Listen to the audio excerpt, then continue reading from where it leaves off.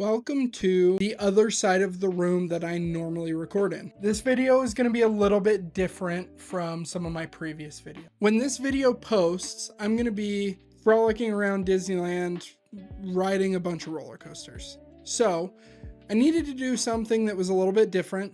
And so that's what this is. It's going to be relatively low edit. You can probably just listen to this video without looking at the screen at all if you don't want to see my ugly mug. Not going to be a ton of graphics or anything that pop up. This is more just kind of a stream of conscious video and introducing myself a little bit more. Up to this point, I think we've had 7 videos so far in the Vending 101 series. The response has been incredibly positive, and I appreciate everyone that has liked, commented, subscribed to the channel, or have come up to me at shows or local card shop scene and have mentioned how helpful the videos are. I'm kind of like a internet nobody, right? The fact that you find value in the information that I'm sharing, that's the whole reason I wanted to do this. And the fact that I've made an impact even on a couple of people so far has been just really, really heartwarming, and I have a lot of gratitude for that. That all being said, kind of rambling into nothing here, I wanted to give a little bit of background on myself, what got me back into collecting, my history as a collector, why I like doing these shows, and why you should trust my opinion over anyone else as, random man on the internet, 38 million or whatever. And so that's kind of what I wanted to talk through today. Kind of introduce myself a little bit more so that you know the person behind the tips and make a judgment call from there on whether you should trust me or think I'm an idiot or whatever. Whatever conclusion you come to, that's up to you. But I just wanted to talk through some of that stuff today. To start off, this is the one thing you probably do know about me. My name is Taylor. I started Mount Silver Trading Company, which was formerly TBG Cards. Technically, it was in like June of 2024, but we started in person at our very first card show in February of 2025. I keep saying we, and I'll refer to the business as we, because it's not just mine. This was started as a passion project between myself and my 8-year-old son. It was a way for us to kind of bond and get to enjoy this hobby that we love together. He is a kind of a YouTube nut, so he's the one that has encouraged me and like really cheered me on in this process and wants to really see this thing succeed. So if I can pull at your heartstrings a little bit, my goofball of an 8-year-old got so excited when we passed 100 subscribers the other day. He told me that I should do a giveaway and then do like a celebration video. And I thought that was really cute. Yeah, my son Bennett, he and I started this together. Originally, we started selling on eBay, and I'll kind of get into that background a little bit when I talk through our history of collecting and everything else. But we started online first, did that for about 6 months, all while continuing to kind of learn the hobby and get our feet under us and probably spend more money than we should have initially, which ultimately pushed us over the edge and made us decide that we wanted to start doing it in person. So I want to dig into that background a little bit today. To start off with my collecting history, I loved Pokemon as a kid. I dressed up as Charmander for Halloween one year. Actually, I think I dressed up as Charmeleon, not Charmander. I was very specific. I wanted the middle evolution. I think they get too much hate. Middle evolutions are the coolest. Pokemon Crystal was my very first Pokemon game, and I absolutely loved it. Still to this day, one of my favorite games of all time. I have a real soft spot for Gen 2. One of my favorite generations overall, like top to bottom in all of Pokemon, though there are a few others that rival that. I remember ripping a lot of Neo era packs. I wasn't ripping a ton in like 99, 2000, but like Neo era, that was like my wheelhouse. I remember I had a Neo Lugia holo that I carried with me in my backpack to school every single day.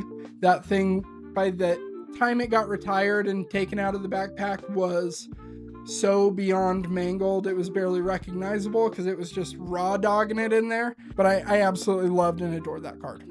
And to this day, still one of my favorite arts in the TCG. It has like a very like nostalgic place in my heart. So I absolutely adore Neolugia. I probably stopped ripping and collecting the cards around like Sky Ridge, Expedition, Aquapolis era. It's about where like my personal collection stops. Not that it mattered. It all got thrown away anyway. Like a lot of us ended up in a landfill somewhere. So it's not like I would have had any of those cards anyway. I still have a lot of like very nostalgic feelings towards that era. And even when I stopped collecting the cards, I stayed really involved in the game. Like I played the games whenever they came out. Pokemon Sapphire was the first game that I like paid for with my own money, and I played the crap out of that game. Even as an adult, I still go back to like Crystal, Sapphire, Emerald, stuff like that. Even Gen 4, I say Diamond and Pearl. I know that Platinum is the like more preferred version, but like Gen 4 is kind of when I fell off the games, but still have a lot of like really strong nostalgic feelings towards those first couple of generations of Pokemon. I got older. I still, went back and revisited the games pretty regularly, but I wasn't staying up on like the newest stuff. My wife and I, when we first met, we started dating in high school. We went to like a retro game shop one day. We both bought Game Boy Advance SPs and got a couple of games. Pokemon Emerald was the one that I needed to grab. I think it was like $115 for a cartridge or something. But man, did I love that game. And so I was happy to pay for it. I think it was more expensive than the Game Boy was. But I played the crap out of it. I'd go back, for a little nostalgia hit here and there, but didn't really pay attention to what was happening in the card scene at all. But when my son was, I think 5, he showed some interest in Pokemon. He started watching the anime. He really enjoyed playing the games. He, to this day, still plays Sword and Shield a ton on the Switch and absolutely loves it. He started showing like a stronger interest in Pokemon and like wanted to start getting the toys and stuff. I remembered back how much I enjoyed collecting the cards. I go to this local card shop sometimes. Let's go get some Pokemon cards.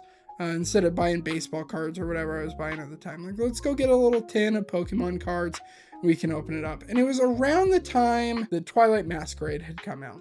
So went and got a tin. It was like one of those 5-pack tins. It might have been a booster bundle. I can't even remember. We had like 5 or 6 packs of Twilight. We're ripping through them. I'm freaking out because every single pack that we've opened has a holo in it. And I'm like, this is crazy. Like, we're millionaires, whatever. Which is hilarious thinking back on that now. But I was like so excited about those random holos that he was pulling. And then we open up a pack and he pulls the SIR Greninja from Twilight. He's freaking out because he loves Greninja. He thinks Greninja's the coolest thing ever, which he is. Greninja's awesome. I'm freaking out because this does not look like anything that I had ever seen in Pokemon cards before. It like, full art top to bottom. It is like crazy loud colors. You guys know the card. I don't have to explain it to you. But I was losing my mind. I start looking into it. I look the card up and I see that recent solds on eBay, because that's how I comp cards. I was collecting sports cards, baseball cards at the time. Recent solds on eBay were like $300 or something, $250. I can't remember. It was around there, right? I'm like, oh my gosh, this is nuts. So we're talking about it. He likes the card, but he's like, well, what if we sell it? We can go get 5 more of those tins, like he's doing the kid math of we'll just keep ripping. We'll keep pulling Greninjas. We keep selling them, like infinite money glitch unlocked, right? And so I tell him that I'll sell it on eBay for him, and we set up our store and everything and sell a couple more of our smaller hits, things like that, to kind of get going. And that's where TBG cards originally started. TBG is my first name, B for Bennett, and then G is for my daughter. It's her first initial. That's kind of where that started. So set up TBG Cards eBay store. We're selling our cards and things like that and really enjoying that process. Time goes by, we realize very quickly that like it's not an infinite money glitch. Like you can buy 20 tins and strike out on all of them and then you're just out that money. And we learned that lesson the hard way a couple of times.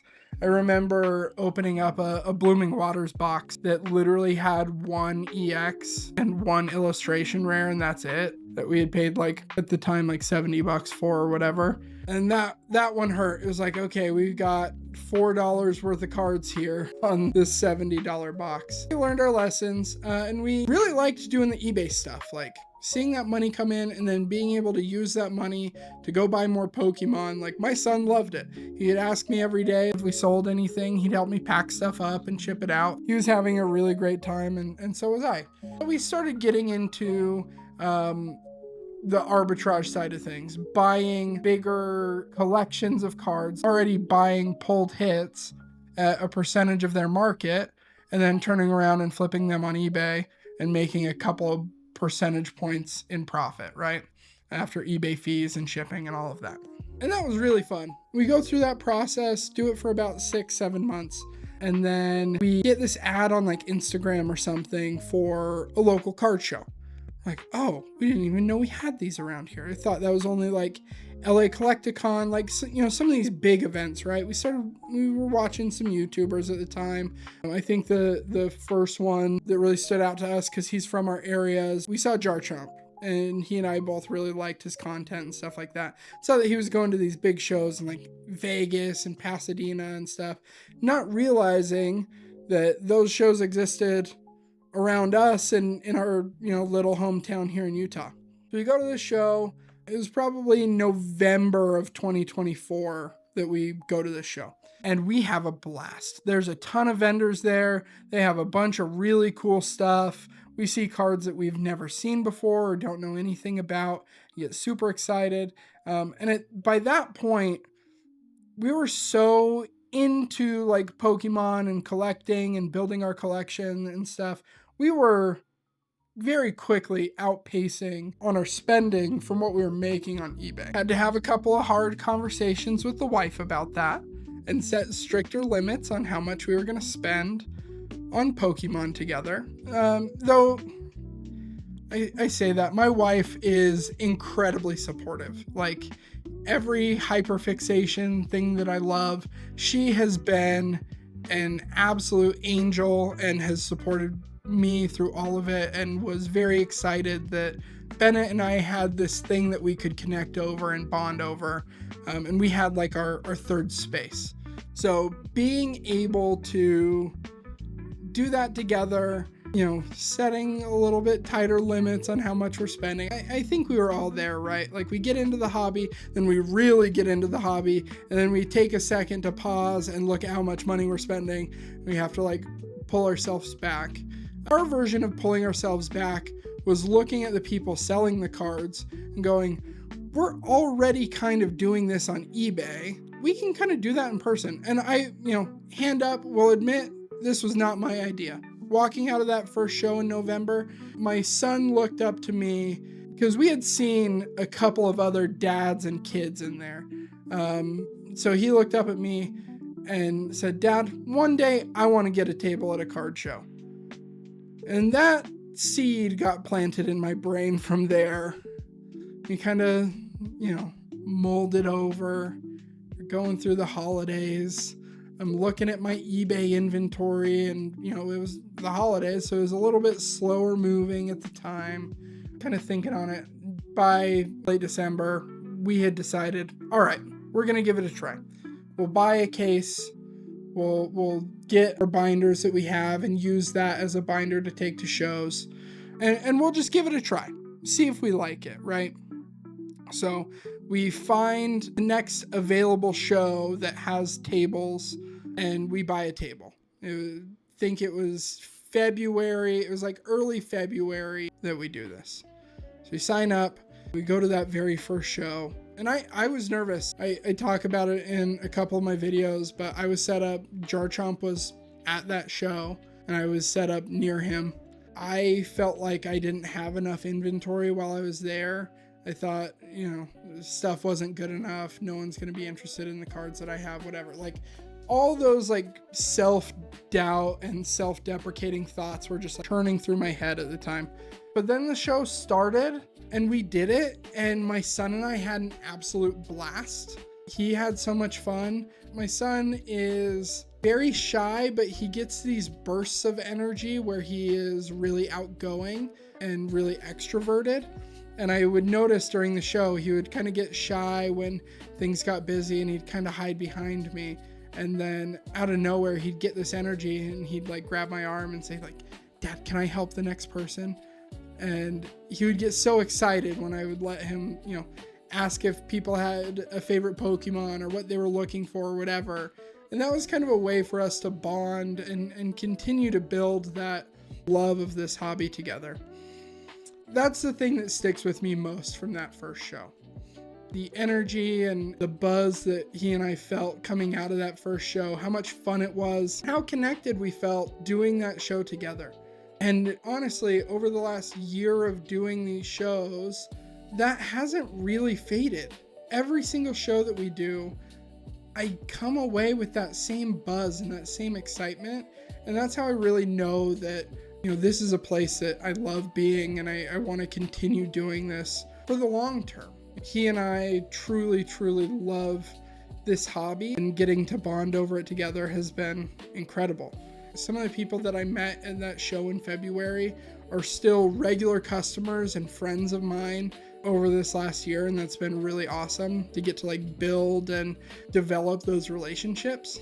And I've just found like a passion for doing this in person. It wasn't too long after that first show. I think it was maybe our third show or something, where we decided, and I think it was because we made a mistake and we sold the card at a show while it was still listed on eBay, which kind of sucked. But we had decided to shut the eBay store down, just focus on in-person for now. And there are a couple of other online channels we'll occasionally sell on: Pokemon TCG, trades, Reddit page, and things like that. But for the most part, our sales channel is in person, and we prefer to do it that way. We're doing a lot more shows now. We started out doing like 1 to 2 a month. Now, most weekends we're at shows, and there were a couple of stretches during 2025 where we were doing like 5 shows in 6 weeks or something like that. And really our goal with this business and why we keep doing it is I don't have any ambition or aspiration for this year to like try and do Pokemon full time. This is a way to supplement fun activities with my family. Like I said at the top of the episode, we're going to Disneyland, and that was paid for entirely through Vending. It was 100% paid for by the profits of doing this. So that's kind of the goal. Allow me and my family to do more cool stuff like this. Next year, we're planning a trip to Japan.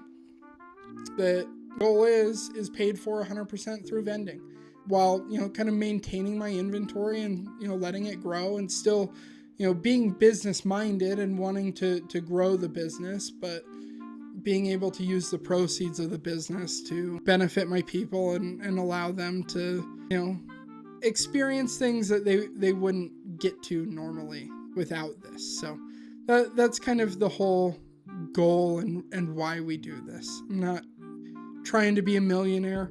I'm not trying to retire off of Pokemon. I just want to, do cool stuff with my family and get to do that while enjoying these cards that my son and I absolutely love. The last thing I want to talk about today is anyone that is still kind of on the fence about vending. The thing that I tell everyone is just try it. Like, give it a shot, see how it goes. Worst case scenario, you buy a case off of Amazon, you kind of follow our $150 starter guide or whatever, and you have a couple $1,000s worth of inventory. You go to a show and you absolutely hate it. You can sell those supplies off to, someone else that wants to try and start vending pretty easily, especially if you have a couple of friends in the hobby. You can sell off that inventory for probably close to what you bought it for, or maybe for, a little bit of a profit, or keep it for yourself for a personal collection or whatever. And you're kind of out scot-free. There's not a ton of risk to it. especially with where the hobby is at right now. It's pretty easy to move stuff and not lose money on it. So just give it a try. Like, what's the worst that can happen? You sign up for a local show, you don't love it, you sell your stuff, kind of move on, shrug your shoulders and forget about it. But it really is a very rewarding part of the hobby that, at least for me, who enjoys talking to people and enjoys talking about cards and feels really passionately about this stuff, I think that it's one of the most fun things that you can do in the Pokemon card hobby. You get to meet so many awesome people, you get to make so many people's day, and if you go about it the right way, you can feel really good about what you're doing too. So that's my one bit of closing advice here. I think to summarize it all, this vending thing wasn't planned. It kind of just happened, and we tripped and fell forward into it, and we took our lumps. I'm not going to pretend like it has been perfect the entire time. We definitely played ourselves and got caught holding the bag and made bad deals, and hopefully that's what this series can help you guys avoid, is you can learn from some of my mistakes and what we did early on, so that you don't make the same ones and it goes a little bit smoother for you than it did for me. But man, I wouldn't trade this hobby and our ability to enjoy it the way that we are for anything. It has been an absolute joy in my life, my family's life, to get to experience all of this together. All right, I've been rambling on long enough. I know I mentioned in episode 7 that the next thing to come out is going to be how I structure trade deals and how I think about trades. I promise you that will be the very next video, so stay tuned for that. We'll have trades next week, and in the meantime, thank you guys so much for watching, and we'll see you then. Peace.